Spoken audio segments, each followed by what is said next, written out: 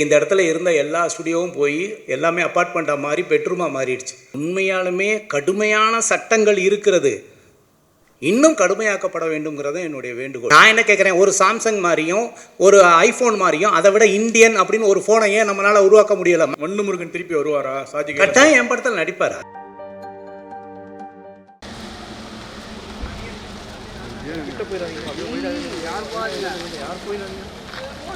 சொல்லிட்டு முதல் ஆளா போறதே ஜெகனண்ணா.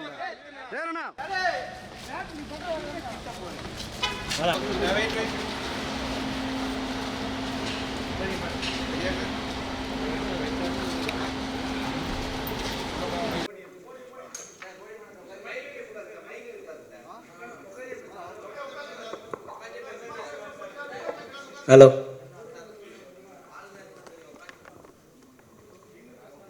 அதாவது வாள் கையில் இருந்தால் பரவாயில்ல, பின்னால் இருந்தால் தான் தப்பு. அனைவருக்கும் வணக்கம். அதாவது எப்போவுமே நான் கூப்பிட்டா எல்லாருமே ஓரளவுக்கு ஆதரவு தந்து வர்றதுக்கு உங்களுடைய பொற்பாதங்களை தொட்டு வருக வருகவென வரவேற்கின்றேன். முன்னாலே டத்தோசரி வாங்கணும், மலேசியாவிலையும் வாங்கணும், இந்த மன்னர்கிட்டையும் வாங்கணும். அதான் மினிமம் 3-4 இயர்ஸ் கேப் வேணும் அப்படின்ட்டு. எங்கள் அம்மா என்னை படிக்க வைக்கிறதுக்கு ரொம்ப கஷ்டப்பட்டாங்க. என் புள்ள படிக்கணும், உலகத்தில் பெரிய ஆளாக வரணும் அப்படின்ட்டு. நல்லா படித்து நிறைய பட்டமெல்லாம் வாங்கணும் அப்படின்னு அடிக்கடி சொல்லிகிட்டே இருப்பாங்க. முதல்ல என்னை பெற்ற தாய்க்கு இந்த தான்சிரி பட்டத்தை என்னை சமர்ப்பிக்கிறேன். என் தாய், அவங்க இப்போ உயிரோடு இல்லை, இருந்தாலும் அவங்க எண்ணத்தை நான் நிறைவேற்றிக்கிட்டு இருக்கேன். அதுதான் உண்மை. இந்த பட்டம் பொறுத்த வரைக்கும் நிறைய ஒரு 4-5 ப்ராடக்ட் கண்டுபிடிச்சிருக்கோம். இன்னோவேட்டிவாக சினிமாவில் இருக்கிறோம். தன்னம்பிக்கை பேச்சு உண்டு. இன்றைக்கி 2000 குடும்பங்களுக்கு வாழ்வாதாரமாக வேலை கொடுத்துக்கிட்டு இருக்கேன் இந்தியாவில். விஐபி ஹேர் கலர் ஷாம்பு மூலமாக, ஃபேக்ட்ரி மூலமாக, மார்க்கெட்டிங் மூலமாக.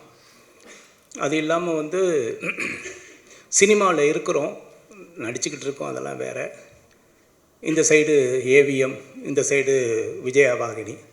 இதுக்கு இடையில் சினிமாவுக்கு என்னால் முடிஞ்ச ஒரு சிறிய உதவியாக இந்த ஏசி ஃப்ளோரு 3 ஃப்ளோர் இந்த இடத்துல கட்டி வச்சுருக்கிறேன்.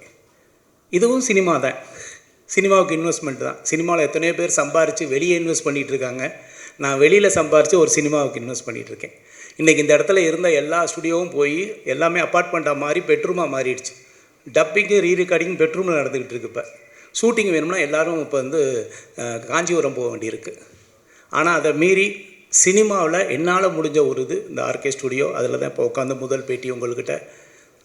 இந்த அவார்டு பொறுத்த வரைக்கும் ஆல்ரெடி நான் 18 நாட்டில் சிறந்த பேச்சாளர், தன்னம்பிக்கை மோட்டிவேட்டர் பேசுவார் அப்படின்னு சொல்லி கொடுத்துருக்காங்க டாக்டர் பட்டம். அதை மீறி நிறைய ப்ராஜெக்ட் பண்ணிகிட்டே இருக்கிறேன். பெரும்பாலும் சினிமாவில் இந்த மாதிரி அவார்டெலாம் நிறைய நடக்கும், தமிழ்நாட்டிலே நடக்கும், இந்தியாவில் நடக்கும். என்ன இருந்தாலும் ஆஸ்கார் வாங்குறது தான் எல்லாருமே பெருமையாக நினைப்பாங்க. இல்லை இட்டாலியில் போய் வாங்கினா நல்லது நினைப்பாங்க. வெளிநாட்டிலேருந்து ஒரு மன்னர் ஒரு அங்கீகாரம் அப்படிங்கிறது தமிழனுக்கும் தமிழன் செய்கிற தொழிலுக்கும் ஒரு வரவேற்பு உண்டு. விஐபி ஹேர் கலர் ஷாம்பு அப்படிங்கிறது உலகத்திலே இல்லாத, க்ளவுஸ் போடாமல் அப்படியே தொடலான்னு சொன்னேன். வெளிநாட்டுக்காரையும் ஏற்றுக்கலை. தமிழ்நாட்டில் இருக்க ஒருத்தன் கண்டுபிடிச்சிருக்குது, அது எப்படி சாத்தியம்? வெளிநாட்டில் மார்க்கெட்டிங் போன உடனே நிறுத்திடுவான். நான் அழகாக சொல்வது உண்டு, தமிழ்நாட்டில் செருப்பு ஃபேக்ட்ரி வச்சுருக்கவங்க அமெரிக்காவில் செருப்பு தைக்கிறதுக்கு அனுமதிக்க மாட்டாங்க, நம்ம போக முடியாது. ஆனால் அமெரிக்காவில் செருப்பு தைக்கிறவன் இந்தியாவில் என்ன வேணாலும் பண்ணுறதுக்கு அனுமதி உண்டு. அப்படின்னு நம்மளை அலோவ் பண்ணுறதில்ல. உங்கள் கண்டுபிடிப்பா, இந்தியாவில் கண்டுபிடிச்சிருக்கீங்களா? அதெல்லாம் இல்லை அப்படின்னு. என்னால் உலக அரங்கில் போராட முடியலை. நீங்கள் க்ளவுஸ் எல்லாம் பயன்படுத்தலாம், கண்டுபிடிச்சிருக்கேன். இந்திய அரசாங்கம் 20 ஆண்டுகள் எனக்கு பேட்டர்ன் கொடுத்துருக்காங்க, இன்டலெக்சுவல் ப்ராப்பர்ட்டி அப்படின்ட்டு. சர்டிஃபிகேட் காமிச்சா கூட ஒத்துக்கலை. என்ன பண்ணால் தான் ஏன் ஒத்துக்குவீங்கன்னு கேட்டால், இல்லை சார் அது இந்தியா, சைனா அதெல்லாம் அப்படிங்கிறான். அப்போது ஒரு முடிவெடுத்து லண்டனில் போய் கின்னஸ் வேர்ல்ட் ரெக்கார்டு ஆஃபீஸில் அப்ளை பண்ணி, உலகத்திலே வெறுங்கையில் பயன்படுத்தக்கூடிய ப்ராடக்டை ஒரு தமிழனா ஒரு இந்தியனை நான் கண்டுபிடிச்சிருக்கேன், ப்ரூவ் பண்ணுறேன்னு சொல்லி 1000 சொச்சம் பேர் தலையில் ஹேர் கலர் கிரே ஹேரோடு இருக்கிறவங்களுக்கு ஹேர் கலர் பண்ண வச்சு வெறுங்கையில் பண்ண வச்சு கையில் ஒட்டலைன்னு ப்ரூவ் பண்ணதுக்கப்புறம் தான் உலக மார்க்கெட்டில் நான் என்ட்ரி ஆனேன். ஏன்னா இன்றைக்கி இந்தியர்கள் தொழில் செஞ்சாலும் தமிழர்களாக இருந்தாலும் உலக மார்க்கெட்டில் அங்கீகாரம் கிடைக்கல. இந்த அங்கீகாரத்துக்கு ஒரு படிக்கட்டாக தான் இதை நான் பார்க்குறேன். வெளிநாட்டிலேருந்து ஒரு மனித தொழில் செய்கிறாங்க, ஒரு பண்ணுறாரு இந்தாங்கன்னு சொல்லும்போது வெளிநாட்டில் போகும்போது நமக்கு ஒரு விசிட்டிங் கார்டாக இருக்குது. அதான் உண்மை. இதனால் நான் வந்து சாதிச்சிட்டேன்னு சொல்கிறத விட சாதனை நோக்கி பயணிக்கிறதுக்கு ஒரு பாதையாக இந்த தான்சிரி எனக்கு அமையும். கின்னஸ் வேர்ல்ட் ரெக்கார்டும் அப்படி தான். கின்னஸ் வேர்ல்ட் ரெக்கார்டு படிச்சிருக்கேன், கையில் ஒட்டாதுன்னு சொன்னப்போ எல்லோரும் வரவேற்றாங்க. ஒரு 25 கண்ட்ரியில் பிஸ்னஸ் பண்ணிக்கிட்டு இருக்கேன். ஆமாம், பிஸ்னஸ் பண்ணிக்கிட்டு இருக்கேன். ஆனால் சினிமாவுக்கு ஒரு ஸ்டுடியோ கட்டி வச்சுருக்கேன். இங்கே பார்த்தீங்களா எவ்வளோ பெரிய ஏசி ஃப்ளோர் இருக்குன்னு. உண்மையை சொல்கிறேன். இப்போ ஒரு படம் பண்ணிக்கிட்டு இருக்கேன்னா ஒரு விலங்குகளை வச்சு குடும்பத்தோடு பார்க்குற படம். ஆல்மோஸ்ட் ஷூட்டிங் முடிஞ்சிருக்கு, விரைவில் ரிலீஸுக்கு வரும். சினிமா அப்படிங்கிறது என்னுடைய கனவு, என்னுடைய பேஷன். அதை விட சினிமாவில் நம்ம இருக்கோங்கிறதுக்கு நிச்சயமாக நான் ஒரு சேவையாக நினைக்கிறேன் இந்த ஸ்டுடியோவை. இதில் பிளாட் கட்டியிருந்தால் நல்லா கட்டியிருக்கலாம், நல்ல வீடு கட்டியிருக்கலாம், எல்லாம் கட்டியிருக்கலாம். ஆனால் இந்த கோடம்பாக்கம் அப்படிங்கிறது உலகுக்கே தெரிஞ்ச ஒரு விஷயம். சென்னைனாவே கோடம்பாக்கம் தான் பேசப்படுற விஷயம். நான்லாம் வந்து காரைக்குடியிலேருந்து கனவு கண்டு கோடம்பாக்கத்துக்கு வந்தவன். எத்தனையோ இளைஞர்களுக்கு முன்னுதாரணமாக அந்த கோடம்பாக்கங்கிற பேர் இருந்திருக்கு. ஆனால் இந்த சினிமாவை கோடம்பாக்கத்தை விட்டு துரத்திட்டாங்க. இப்போ கோடம்பாக்கத்தில் இல்லை சினிமா. என்னன்னாலும் இருக்கணும்னு நினச்சி தான் இந்த ஸ்டுடியோ கட்டியிருக்கேன். ஆதரவு தாருங்க. நான் சினிமாவில் வந்து படம் எடுக்கலைன்னு நினைக்கிறத விட படம் எடுக்கிறத விட முக்கியம் இந்த மாதிரி ஒரு சினிமாவுக்கான ஒரு தளத்தை உருவாக்கணும் அப்படின்னு நினச்சது. பண்ணியிருக்கிறோம். அவங்க வந்து அங்கீகாரம் கொடுத்த ஒரு சர்டிஃபிகேட் இருக்குது. அந்த மன்னர் இருந்தாலும் என்னுடைய பேச்சும் என்னுடைய உழைப்பையும் பார்த்துட்டு அவர் வந்து கிட்டத்தட்ட ஒரு 400 ஆண்டுகளுக்கு முன்னால் இருக்கிற ஒரு வாளை வந்து எனக்கு பரிசளித்தார். அவருடைய மகன் அதே மாதிரி ஒரு பரிசளித்தாங்க. நினைவு சின்னம் அப்படிங்கிறது அவங்கள பொறுத்த வரைக்கும் இதை எடுத்துகிட்டு போங்க, நாங்கள் லெட்டர் தரோம் இது உங்களுக்கு அப்படின்னு அதோடைய வீடியோலாம் கொடுத்துருக்கேன் ஜானுக்கிட்ட. இந்த என்னால் தூக்க முடியல. நான் உண்மையாக அதை தூக்க முடியல. ஏன்னா சினிமானா ஒரு அட்டக்கத்தி கொடுத்துருவாங்க, அழகாக பெயிண்ட் அடித்து இப்படி சிக்ஸின்னு தண்ணிடலாம். இது ஒத்த கையில் பிடிச்சி இப்படி நிப்பாட்டுறதுக்கு ஒரு ஸ்டில்லுக்கு நான் படாத கஷ்டப்பட்டேன். கையை ஆடிச்சு விடுன்னு.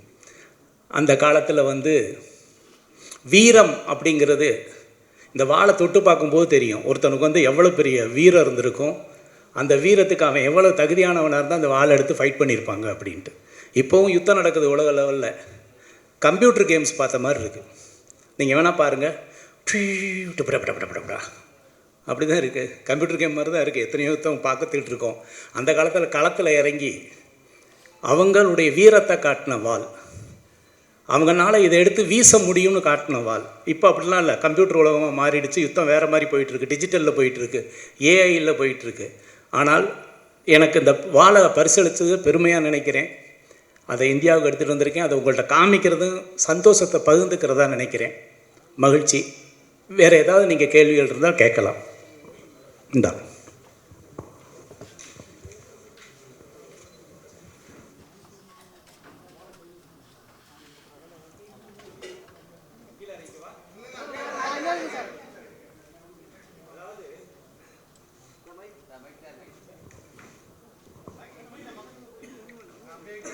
நினைவு சின்னமா இது. அதாவது நமக்கு வந்து ஃபைட்டு மாஸ்டர் இருக்க வரைக்கும் பயிற்சியெல்லாம் தேவையில்லை. ஓரளவுக்கு என் படத்தில் நான் வந்து டூப் போடாமல் தான் பண்ணியிருக்கேன். அத்தனை படமும் நிச்சயமாக வால் ஃபைட்டாக இருந்துச்சுன்னா கற்றுக்குவேன்.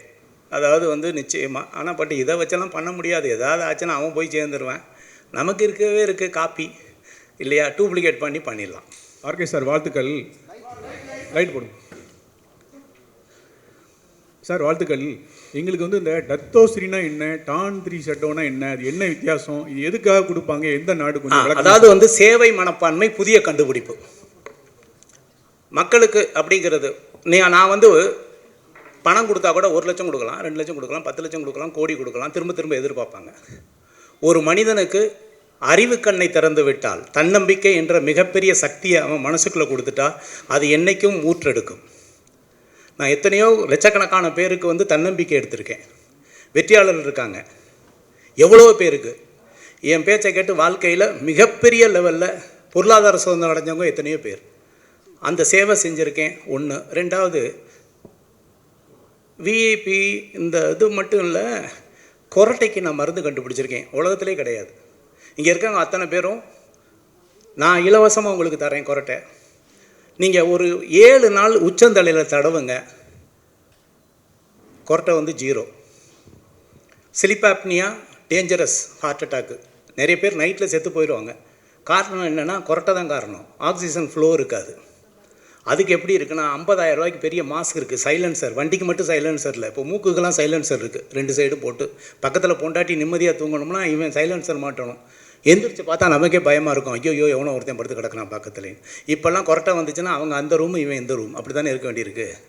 அதுக்கு ஒரு ரெமெடி உலகத்திலேயே சாப்பிட்றது இல்லை, உச்சந்தலையில் தடவுனாவே கொரட்டை நிற்கும்னு நம்ம வந்து ப்ரூவ் பண்ணியிருக்கோம். ICMRI வெப்சைட்டில் அது அப்ரூவ்டு, இந்தியனுடைய மெடிக்கல் கவுன்சிலில் அப்ரூவ்டு. அவருடைய சர்டிஃபிகேட் தரேன், பேப்பர் தரேன், பயன்படுத்துங்க.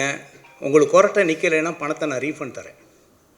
உலகத்துக்கே சேவை செய்கிறேங்க. அதில் சொல்லியிருக்காங்க, நைட்டு உச்சந்தலையில் தடவிடி படுத்திங்கன்னா உங்களுக்கு ஹார்ட் அட்டாக் வராது, ஆக்சிஜன் நல்லா ப்ரீத் பண்ண முடியும் அப்படிங்கிற அளவுக்கு சர்டிஃபிகேட் வாங்கியிருக்கோம், கிளினிக்கலி ப்ரூவன். அது கண்டுபிடிச்சிருக்கேன். இது மக்களுக்கான சேவை. VIP ஹேர் கலர் ஷாம்பு மக்களுக்கான சேவை. கொரோனா நேரத்தில் நான் நிறைய சேவை செஞ்சது, மாஸ்க் வாங்கி கொடுத்ததெல்லாம் விட, காலையில் எந்திரிச்சு ஒரு கஷாயம், அந்த கஷாயத்தை காக்கல் பண்ணி முழுங்கிட்டா இன்றைக்கி கொரோனா வைரஸ் வந்து உங்கள் மூக்குலையும் உங்கள் தொண்டையிலையும் அஃபெக்ட் ஆகாது அப்படின்னு. அதுவும் ICMRI அப்ரூவ்டு. இங்கே வந்து செட்டிநாடு மிஷன் இருக்கு இல்லையா, அங்கே கிட்டத்தட்ட 2000-3000 பேருக்கு கொடுத்து அப்ரூவல் பண்ணி வச்சுருக்கிறேன். இந்த 3 கண்டுபிடிப்பும் மக்கள் சேவைக்காகத்தான் பண்ணது தான். அதெல்லாம் பேஸ் பண்ணி கொடுக்கக்கூடியது தான் இந்த மாதிரி அங்கீகாரம். சார், இது எந்த நாட்டில் கொடுத்தாங்க? இந்த விருது வாங்கினால உங்களுக்கு விஷா ஏதாவது சிறப்பு சலுகைகள் அந்த நாட்டில் உண்டா?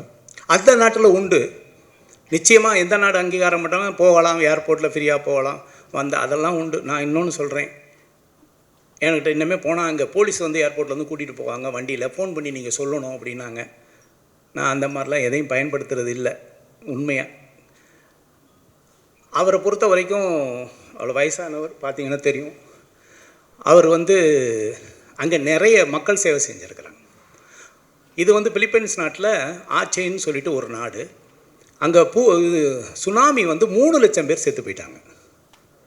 3 லட்சம் பேர் அடித்து எடுத்துக்கிட்டு போயிடுச்சு. அப்படியே நடுக்கடலில் நின்ன ஒரு கப்பல் வந்து, இப்போ சென்னையில் எப்படி பாண்டி பஜார் பனங்கல் பார்க் இருக்குது, அப்போ மெரினா பீச்சிலேருந்து பனங்கல் பார்க்கில் ஒரு கப்பல் வந்து நின்னா என்ன இருக்குமோ கற்பனை பண்ணி பாருங்கள். அது மாதிரி அவங்க நாட்டில் நடு ஊருக்குள்ளே வந்து ஒரு கப்பல் வந்து இருக்குது, சுனாமியில் மிதந்து வந்து.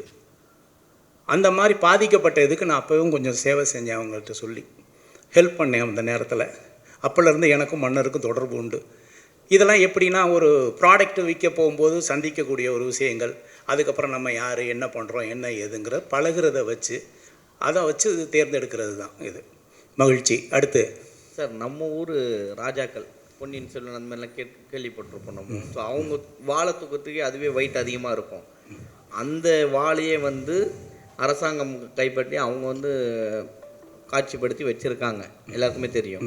ஸோ அப்படி இருக்கும்போது இது ராஜவாள், இந்த வாழை எப்படி உங்ககிட்ட கொடுத்தாங்க? இல்லை அவரோட பணம் வாங்கினாங்க? மன்னிக்கணும், அதாவது வந்து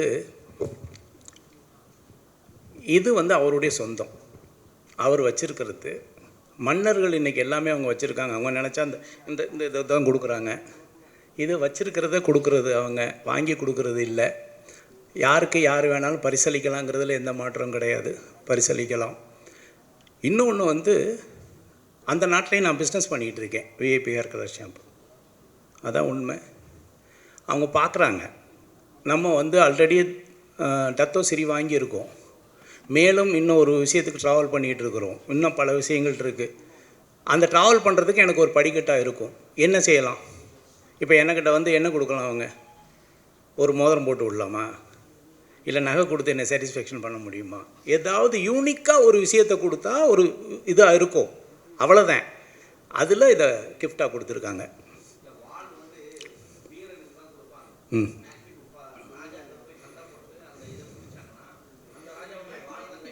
அந்த மனிதர்களோட எண்ணத்தை மாற்றி அமைக்கக்கூடிய வீரனாக நான் இருக்கிறேன். இன்றைக்கி வந்து ஒரு மனிதனுடைய எண்ணம், ஒருத்தன் தற்கொலை பண்ணிக்கிறான்னு வைங்க, அவனுடைய எண்ணம். ஒருத்தன் மனித வெடிகுண்டாக மாறுகிறான் என்றால் அது அவனுடைய எண்ணம் கிடையாது, இன்னொருத்தன் மோட்டிவேட் பண்ணுறான்.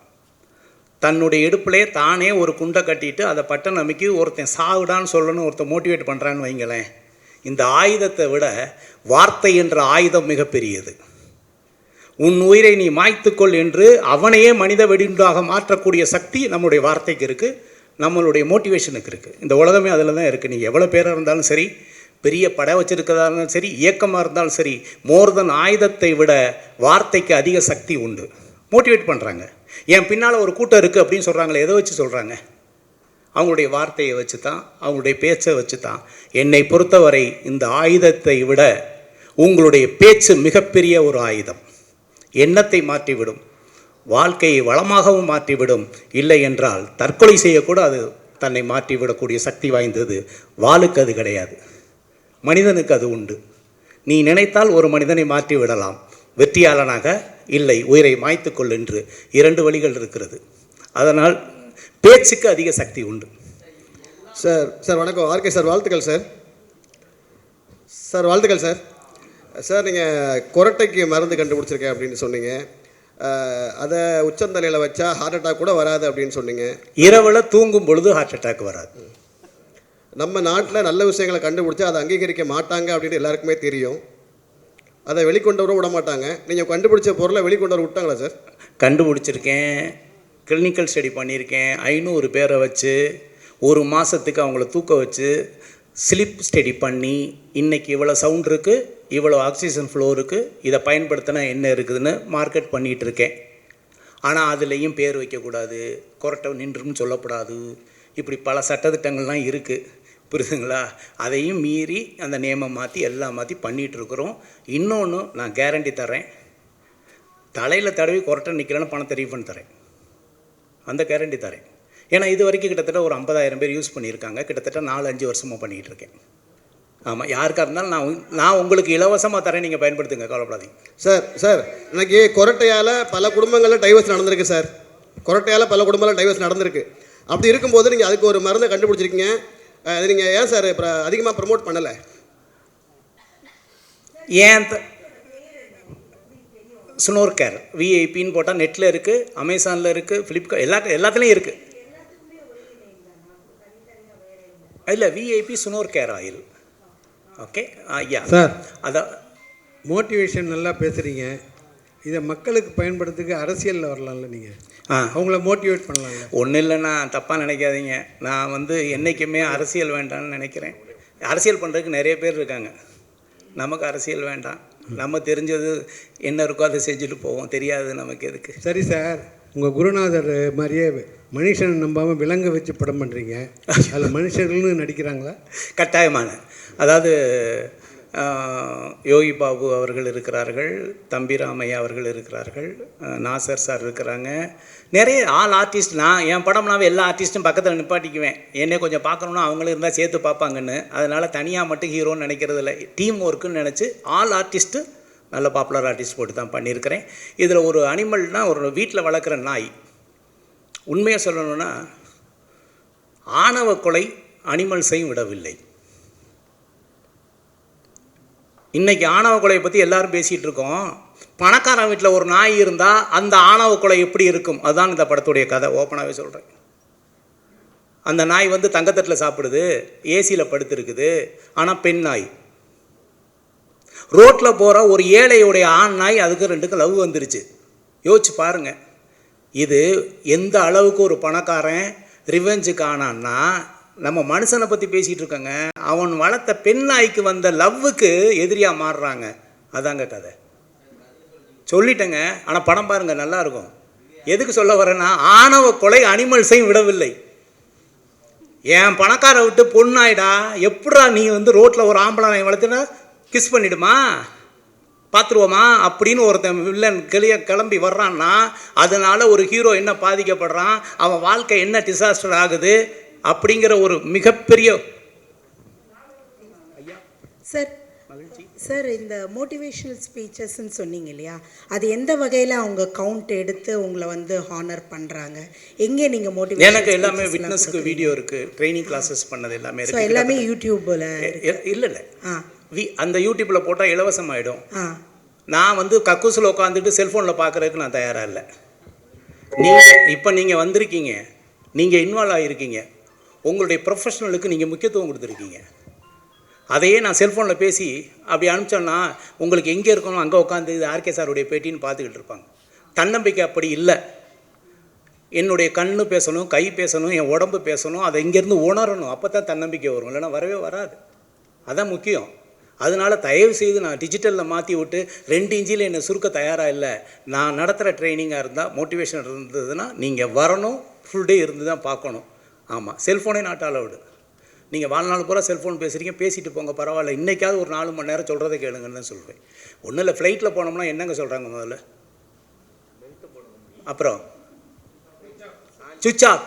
அப்படி இந்த டிஸ்டன்ஸை ட்ராவலில் கடக்கிறதுக்கே சுவிட்ச் ஆஃப் பண்ண சொன்னான்னா, வாழ்க்கையில் பொருளாதார சுதந்திரம் அடைகிறதுக்கு கொஞ்சம் சுவிட்ச் ஆஃப் பண்ணிட்டு காதை கொஞ்சம் திறந்து வைங்கன்னு சொல்கிறோம், வேறு ஒன்றும் இல்லை. மகிழ்ச்சி. அடுத்து சார், ஒரு நாய் கதை சொன்னீங்களே, இப்போ நன்றி உள்ள கதை சொல்கிறேன். சமீபத்தில் பார்த்தீங்கன்னா ஒரு பொலிட்டீஷியன் அந்த நாயை அடித்ததுனால ஒரு பெரிய இதுவே ஆச்சு, பிரளயமாக ஆச்சு. எச் ராஜா அவர்கள் மேலே அது வழக்கே தொடரப்பட்டதுன்னு சொல்லி தகவல் வந்திருக்கு. ஸோ அதன் மீன் பண்ணி தான் நீங்கள் இந்த படம் எடுக்க. இது வந்து லவ். எச் ராஜாவை இது பண்ணுறதுக்கு அப்படிலாம் ஒன்றும் இல்லை. இது காதல் சம்மந்தப்பட்டது. ஒரு பணக்கார வீட்டில் ஒரு நாய் வளர்க்குறாங்க, பெண் நாய் வளர்க்குறாங்க. அது வந்து ஒரு ஏழை ஆண் நாயை காதல் பண்ணிடுது. நீங்கள் அது அடித்தது இல்லை. இந்த நாய் வந்து என் நாய் எவ்வளோ பெரிய பணக்கார நாய், நீ என்ன ரோட்டில் போகிற ஒரு இதை வச்சுட்டு என்கிட்ட பழக விடுறியான்னு. அதையும் மீறி அந்த நாய் ஏறி குதித்து அந்த காம்பவுண்டுக்குள்ளே வந்து பழகுது. இதுதான். ஆனால் ஹீரோ என்ன பாதிக்கப்படுறாங்கிறதான் கதை. சார் ஆர் கண்டன், கேமரா வந்து பாலசுப்ரமணியம் சார், இசை வந்து இமான் சார்.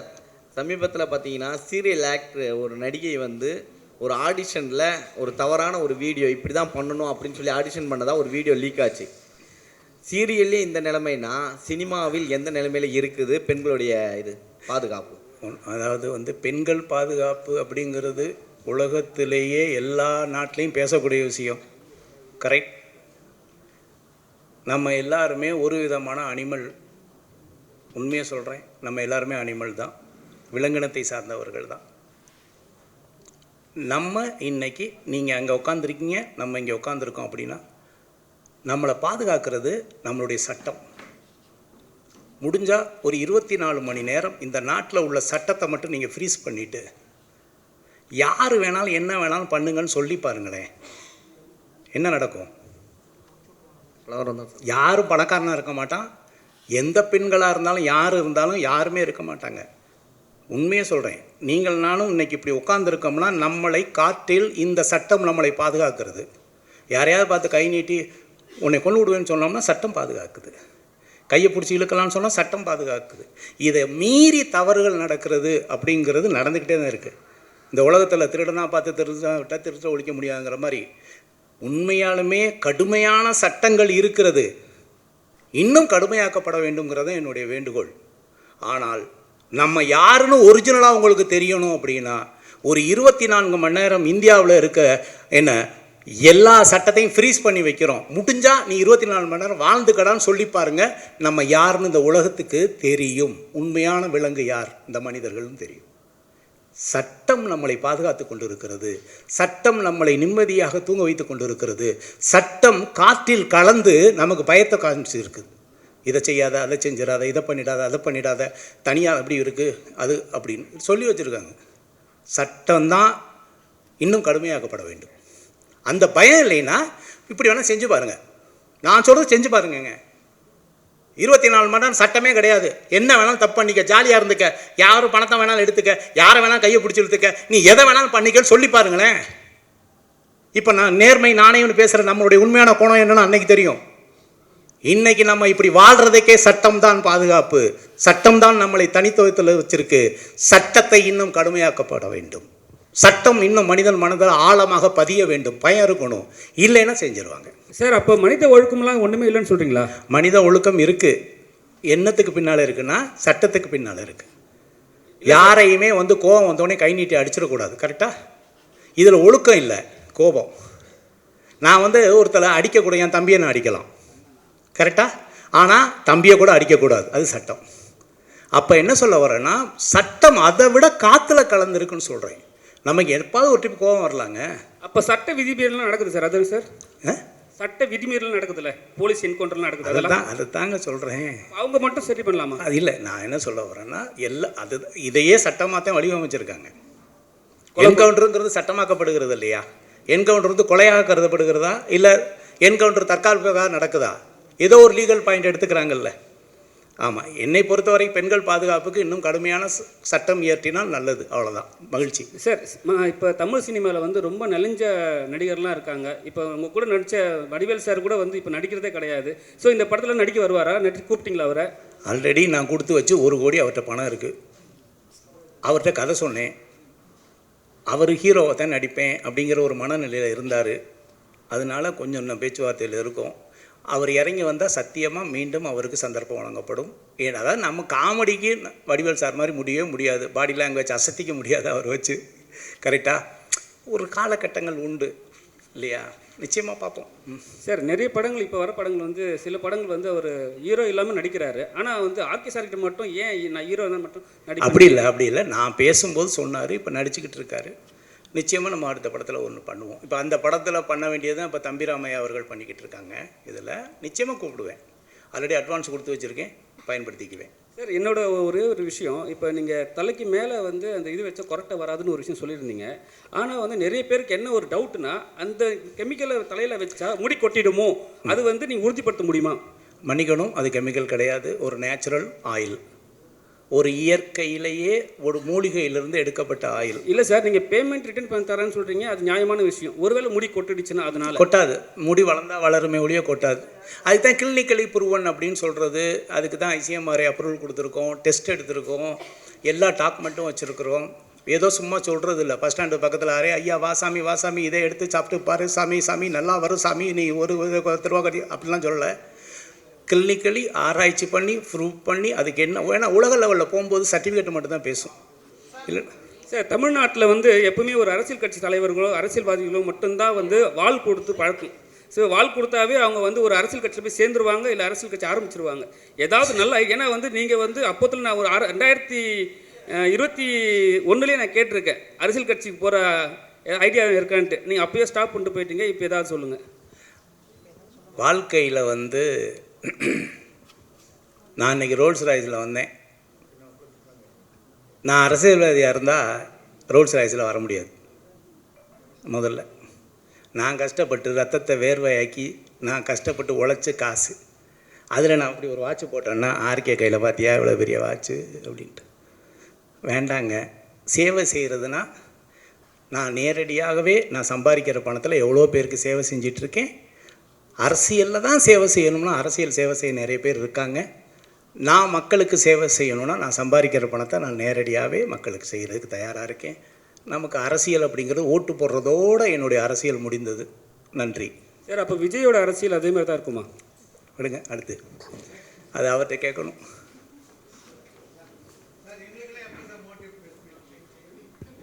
சார், நான் வந்து ஒன்று சொல்லவா? அதாவது ஜான் வந்து எப்போ சொன்னாலும் சரி, ஒரு சார் நம்ம எதாவது அப்படி பண்ணணும் இப்படி பண்ணணும் எதாவது சொல்லுவார். நான் சினிமா ப்ரொஜெக்ஷன் முடிஞ்சு நான் தான் முத இந்த கிஃப்ட்டு கொடுத்து விட்டேன், வீட்டுக்கு தூக்கிட்டு போங்கன்னு சார். ஏன்னா அதுவே ஒரு மோட்டிவேஷன். உண்மையாக என்னுடைய எல்லா படத்துக்குமே ஒரு கிஃப்ட்டு கொடுத்துருக்கேன், எல்லாருக்கும் கொடுத்துருக்கேன் இந்தாங்கன்னு. அப்போ வந்து அதுவே ஒரு மோட்டிவேஷன் தான்.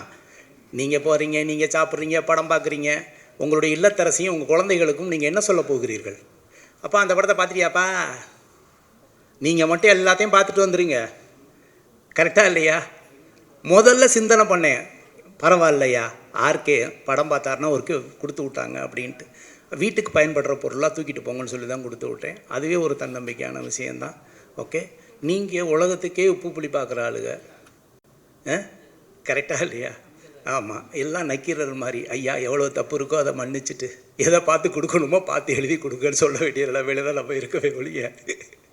சொல்லுங்கள் சார். அப்புறம் சார், இங்கேருந்து படிச்சுட்டு போனால் ஃபாரின் இங்கே சார், இங்கேருந்து படிச்சுட்டு போனால் ஃபாரினில் வந்து வேல்யூ இல்லை அப்படின்ற மாதிரி சொன்னீங்க. அப்போ படிச்சுட்டு போனால் இல்லை, ஓகே, சர்டிஃபிகேட்டோ இல்லை கண்டுபிடிப்புகளுக்கு. ஓகே, தெளிவாக சொல்லுகிறேன், இந்திய கண்டுபிடிப்புகளுக்கு உலக அரங்கில் இருக்கக்கூடிய மரியாதையை பற்றி பேசுகிறேன். ஆனால் சாஃப்ட்வேர் கம்பெனி அப்படி இல்லை, உழைப்பு சார்ந்தது. உலகத்தில் பெரிய பெரிய பதவியில் இந்தியன் தான் இருக்கிறாங்க சாஃப்ட்வேரில். சார் அதுக்கு என்ன சொல்யூஷன் சார் நீங்கள் நினைக்கிறீங்க? நிறைய வரணும். இல்லை அங்கேருந்தா நம்ம படிச்சுட்டு இங்கே வரணும்? இல்லை, நிறைய வரணும். படிக்கிறதுல கண்டுபிடிப்புகளுக்கு நிறைய வரணும். நிறைய இப்போ வந்து நம்ம கண்டுபிடிக்கணும். புதிய புதிய கண்டுபிடிப்புகள் இருக்கணும். நிறைய கண்டுபிடிக்கணும். அதை வச்சு தான் நம்ம பொருளாதாரங்களில் நம்ம போக முடியும். நிறைய ஃபேக்ட்ரிகள் வரணும். நிறைய இன்னோவேஷன் இருக்கணும்.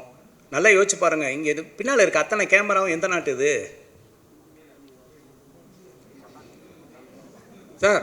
செல்ஃபோன் யோசிச்சு பாருங்கள். 130 கோடி மக்கள் இருக்கிற இந்த இந்தியாவில் உலகத்தரம் வாய்ந்த ஒரு கைபேசியை நம்மளால் தயாரிக்க முடிகிறதா? சாம்சங்கும் ஐஃபோன் தானே வச்சுருக்கோம். யோசிங்க. அப்புறம் எப்படி நம்ம போய் பெருமையை சொல்ல முடியும்? சைனா ஃபோனு நம்ம வாங்குகிறோமா? என்ன சொல்கிறோம்? சைனா ஃபோனு சைனாவா அப்படின்னு கேட்குறோமா இல்லையா? அதே நிலைமை தான் இந்தியாவுக்கு இருக்குது. நான் என்ன கேட்குறேன், ஒரு சாம்சங் மாதிரியும் ஒரு ஐஃபோன் மாதிரியும் அதை விட இந்தியன் அப்படின்னு ஒரு ஃபோனை ஏன் நம்மளால் உருவாக்க முடியலை? மக்கள் தொகை இல்லையா? பணம் இல்லையா? யோசிச்சு பாருங்கள். எவ்வளோ பெரிய வியாபாரத்தலம், 130 கோடி மக்கள் இருக்கிற வியாபாரத்தலம். ஆனால் நம்மளுக்கு கண்டுபிடிப்புகள் கம்மியாக இருக்குது. இல்லைன்னா உலகத்தோட காம்படேட் பண்ணுற தன்மை கம்மியாக இருக்குன்னு நான் நினைக்கிறேன். வேறு ஒன்றும் இல்லை சார். போன மீட்டிங் சொன்னீங்க 2 படம் வருஷத்துக்கு கொடுப்பேன்னு. ஆனால் 2 வருஷமாக நீங்கள் படத்தில் நடிக்கவே இல்லையே, என்ன காரணம்? இந்த ஸ்டுடியோ கட்டிகிட்டு இருக்கேண்ணா. ஏதாவது ஒரு இடத்துல தான் பணம் போட முடியும். நல்லது.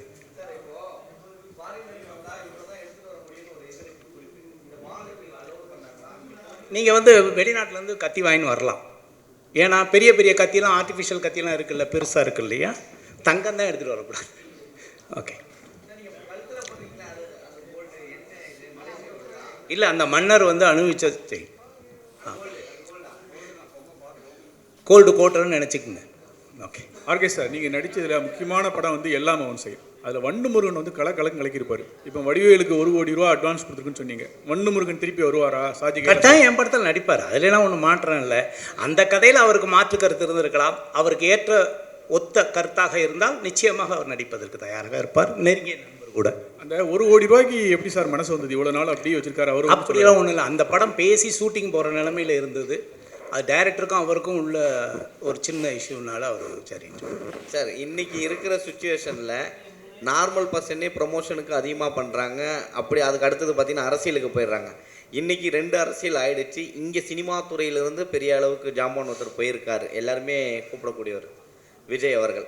ஸோ சினிமா துறை சார்ந்து நீங்களும் இருக்கிறீங்க, சினிமா துறையிலும் வந்துட்டுருக்கீங்க. ஸோ நீங்கள் அவருக்கு சப்போர்ட் பண்ணுவீங்களா, இல்லை அரசியல் புரிதல் இல்லை அப்படின்னு ஒதுங்கிடுவீங்களா? சீரியஸாக சொல்கிற வரேன். எம்ஜிஆர் வந்து சினிமாவிலேருந்து வரலையா? யார் வரல? எல்லோரும் தான் வந்திருக்காங்க. என்னை பொறுத்தவரை வந்து நான் இது அரசியல் மேடையாக கருதவில்லை. அவ்வளோதான். சப்போர்ட் பண்ணலை விஜய் அப்படி நினைக்கல. அதாவது வந்து வளர்ந்து வர்ற எல்லாருக்குமே யாராக இருந்தாலும் சரி, அவங்க கடமையை செய்ய போகிறாங்க, அவங்க கருத்தை சொல்ல போகிறாங்க, மக்கள் ஏற்றுக்க போகிறாங்க. இப்போ நான் அரசியலுக்கு வரேன்னு என்கிட்ட கேட்டால் பரவாயில்ல. என்ன, நான் அரசியல் சார்ந்து ஓட்டு போடுறதோடு நிறுத்திக்கிட்டு இருக்கேங்கிறதே சொல்லியிருக்கிறேன். எல்லோரும் வரணும், எல்லோரும் மக்களுக்கு சேவை செய்யணும், எல்லாருமே களத்தில் இறங்குறது நிச்சயமாக நாகரிகமான செயல். அதில் மாற்றமே கிடையாது. அனைவரையுமே வரவேற்போம். யார் அரசியலுக்கு வந்தாலும் சரி, அது சீமானாக இருந்தாலும் சரி, விஜயாக இருந்தாலும் சரி, இன்னும் யார் வந்தாலும் சரி, வரவேற்போம். வாழ்க வளமுடன். சார், இது எல்லாம் அவன் செய்யலாம் இல்லை ஆர்கே செய்யலாம்? அதாவது அவனின்றி அணுவும் அசையாது, அவ்வளோதான். ஆமாம். அதனால்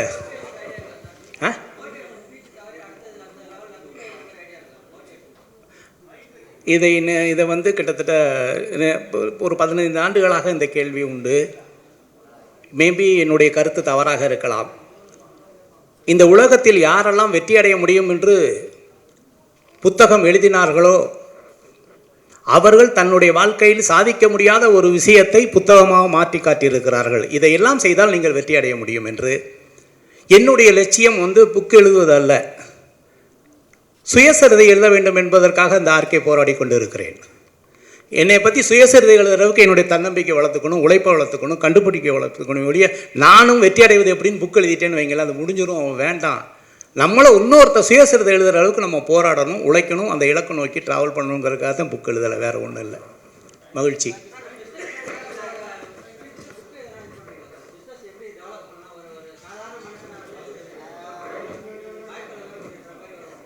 தொழில் வந்து எல்லாருமே வந்து சீக்ரெட் அப்படின்னா நம்ம காப்பி பண்ணிடலாம். தொழிலில் வெற்றி அடைகிறது வந்து சீக்ரெட் கிடையாது, மேஜிக். நகைக்கடை எடுத்துக்கோங்க, எல்லாமே 916 KTM தானே. ஒரு நகைக்கடையில் 2000 3000 பேர் உள்ளே நிற்கிறான், பக்கத்தில் உள்ள நகைக்கடையில் 4 பேர் உள்ளே போகல. நகை தானேங்க, நகை தானே. சீக்கிரட்டாக இருந்தால் நானே பிரிண்ட் அவுட் எடுத்து உங்களுக்கு கொடுத்துருவேனே, இந்த சீக்கிரட்டை பயன்படுத்துக்குன்னு சொல்லிட்டு. மேஜிக் ஆஃப் சக்ஸஸ்னு ஒன்று இருக்குது. இந்த தொழிலில் வெற்றியாளர்கள் வந்து மேஜிக் ஆஃப் சக்ஸஸ் தான் பண்ணுறாங்க. ஒரு மெஜிசியன் மாதிரி தான் இருக்குது.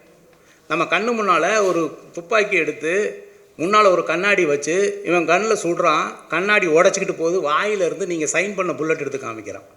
நம்மளாம் என்னடா, கழுத்தை வெட்டி அங்கே வைக்கிறான், அந்த டேபிளில் வச்சு அங்கே கொண்டு போய் வைக்கிறான். நமக்கு முன்னால் கத்தி எடுத்து சொருகிறான், வெளியில் வர்றாங்க. ஆனால் நம்ம ஏற்றுக்கொள்கிற அளவுக்கு அந்த பர்ஃபார்மன்ஸ் இருக்கா இல்லையா, டீம் ஒர்க் இருக்கா இல்லையா. ஒரு பொண்ணை பார்த்து எப்படினோடனே அப்படிங்கிறான், கத்தி எடுத்து சொல்கிற அப்படியே இருக்கிறா, கடைசியில் உயிரோடு சிரிச்சுட்டு வந்துடுறாளா இல்லையா. சீக்ரெட்டாக இருந்தால் எப்படி இருக்கும், இல்லை மேஜிக்காக இருந்தால் எப்படி இருக்கும். சீக்ரெட்டாக இருந்தால் அங்கே ரிவீல் பண்ணால் ஏதாவது இருக்குமா, ஒன்றுமே இருக்காது. இந்த உலகத்தில் வெற்றியாளர்கள்லாம் மேஜிக் பண்ணுறாங்க, அது எப்படின்னு தெரியலை. இன்றைக்கி நகைக்கடை எடுத்துங்க, துணிக்கடை எடுத்துங்க. துணிக்கடை எல்லாருமே துணிக்கடை தானேங்க. அவங்க ஒன்றும் எல்லாமே வந்து தறியில் நெஞ்சு மிஷினில் கொண்டாடலைங்க, லேபிள் மட்டும் தானே பண்ணுறாங்க. நகையும் அப்படித்தானே, நகையை நான் அவங்க சொந்த வீட்டிலேருந்து எடுத்துகிட்டு வர்றதில்லை, ஒரு மெட்டல் தானே. ஆனால் அந்த நகைக்கடையில் 5000 10,000 பேர் உள்ளே போகிறாங்களே, ஒரு நகைக்கடையில் உள்ள செயின் வாங்குற கூட சார் வாங்க சார், சார் வாங்க சார் அப்படின்னு கூப்பிட்றான்ல. அப்போ நகைக்கடைனா எல்லாமே தான் போகணும். மேஜிக் ஆஃப் சக்ஸஸ் தான் வேர்ல்டில் பெரிய சக்ஸஸ். என்னுடைய பார்வையில் நான் பார்த்ததில் ஒரு தொழில் வெற்றி அடையுது அப்படின்னா அவனுக்குள்ளே ஏதோ ஒரு மேஜிக் இருக்குது. அந்த மேஜிக்கை மட்டும் கண்டுபிடிச்சிட்டோம்னு வைங்களேன், அது பெரிய சாதனை. சீக்ரெட் ஆஃப் சக்ஸஸ் கிடையாது.